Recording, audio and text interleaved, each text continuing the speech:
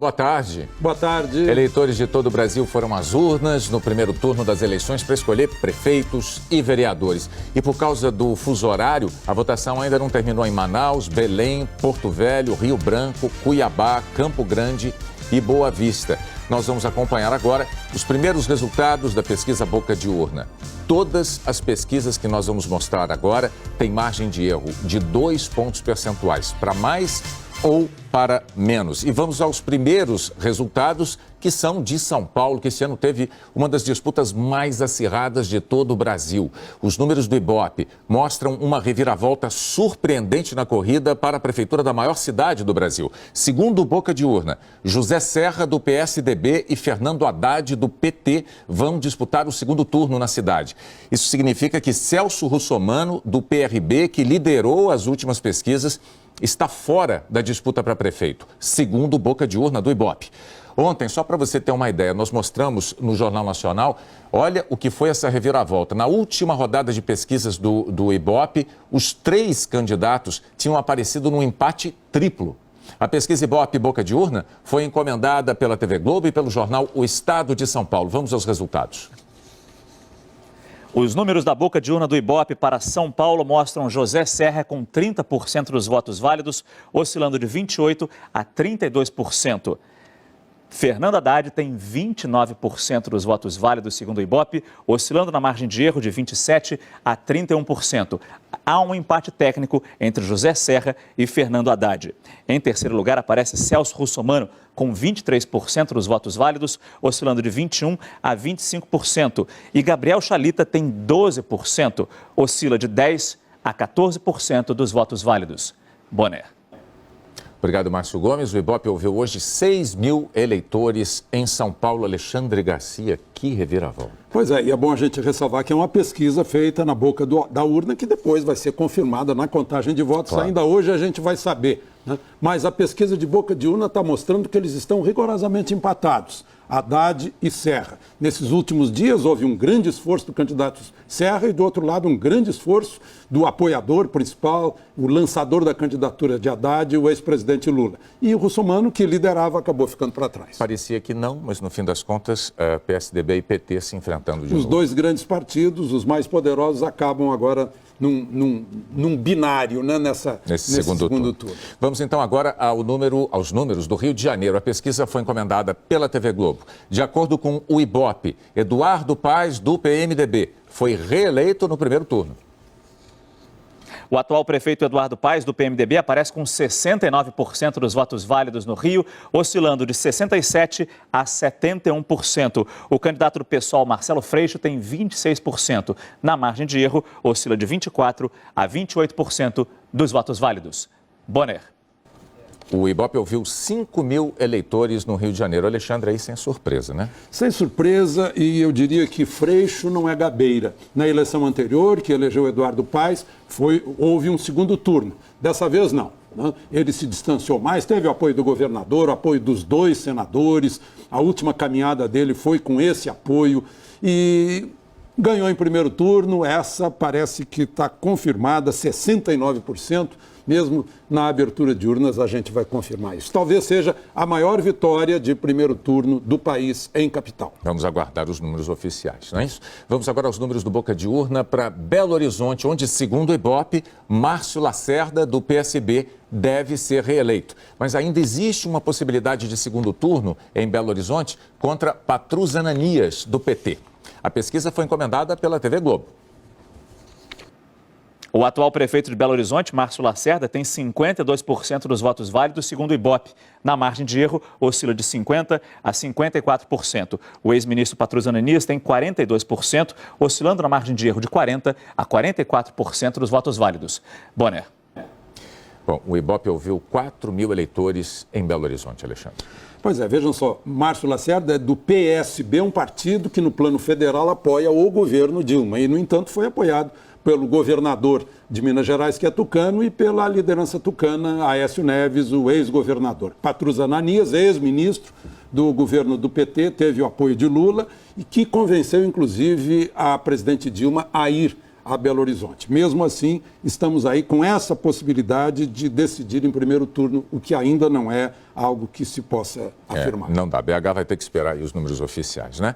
Agora, os números do Boca de Urna para Curitiba. O Ibope aponta a realização do segundo turno entre os candidatos Ratinho Júnior e o atual prefeito Luciano Dutti. A pesquisa foi encomendada pela TV Paranaense, que é afiliada da Rede Globo.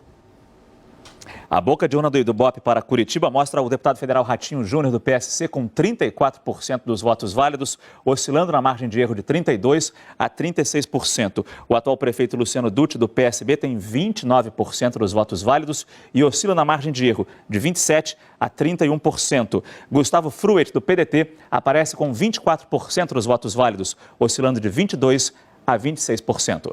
Boné. Foram entrevistados 4.000 eleitores para essa pesquisa do Ibope em Curitiba. Curitiba é uma amostra de que há partidos emergentes nessa eleição. PSC de Ratinho Júnior e PSB de Luciano Dutti. Outra vez o PSB sendo apoiado pelo PSDB, no caso o governador Beto Richa. Mesmo com a ida à campanha eleitoral da candidata à presidência Marina Silva, Gustavo Frueta acabou ficando em terceiro lugar. Tá aí. Vamos agora então para Salvador. Segundo o Ibope, a segunda pesquisa de boca de urna do Ibope, haverá um segundo turno entre Nelson Pellegrino, do PT, e ACM Neto, do Democratas. A pesquisa foi encomendada pela TV Bahia, afiliada da TV Globo, Márcio. Na disputa de 2 deputados federais pela Prefeitura de Salvador, o Ibope aponta Nelson Pellegrino com 43% dos votos válidos, oscilando na margem de erro de 41% a 45%. A ACM Neto aparece com 36%, oscilando na margem de erro de 34% a 38% dos votos válidos. Boné. O Ibope ouviu em Salvador 4.000 eleitores, Alexandre.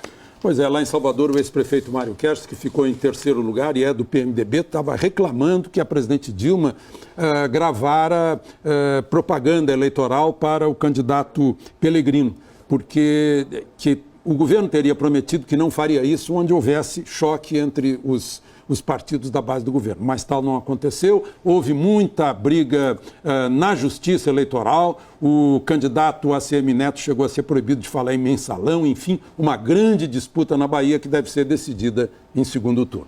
E antes de prosseguir, deixa eu fazer aqui uma correção do Boca de Urna do Ibope de São Paulo. Ela foi encomendada apenas, essa pesquisa, pela TV Globo, tá?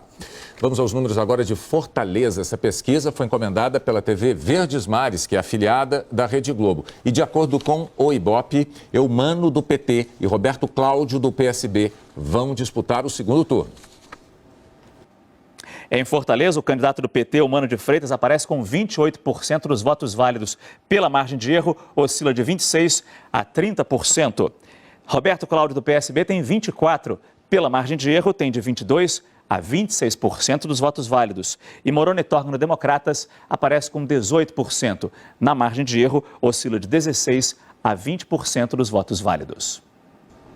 Está aí 4.000 eleitores ouvidos em Fortaleza, Alexandre. Mas é tal como São Paulo, onde Russomano liderava e ficou em terceiro, pelo menos no Boca de Urna. Moroni Torga também liderava e a gente vê aí que esses partidos emergentes, né, PSB, de novo, aparece lá na disputa da Prefeitura de Fortaleza e apoiado pelos irmãos Gomes, o governador Cid Gomes, o ex-governador Ciro Gomes e também pelo PMDB. Segundo turno que vai ser muito bem disputado em Fortaleza. Vamos adiante agora com os números de Porto Alegre. O Ibope aponta que José Fortunati, do PDT, foi reeleito. A pesquisa foi encomendada pela RBS TV, afiliada da Rede Globo. O atual prefeito de Porto Alegre, José Fortunati, do PDT, aparece com 62% dos votos válidos, segundo o Ibope.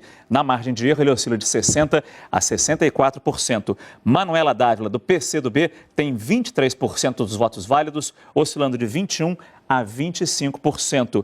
E Adão Vilaverde, do PT, aparece com 10% dos votos válidos, oscilando de 8% a 12%. Boné. Obrigado, Márcio Gomes. 4.000 eleitores ouvidos pelo Ibope.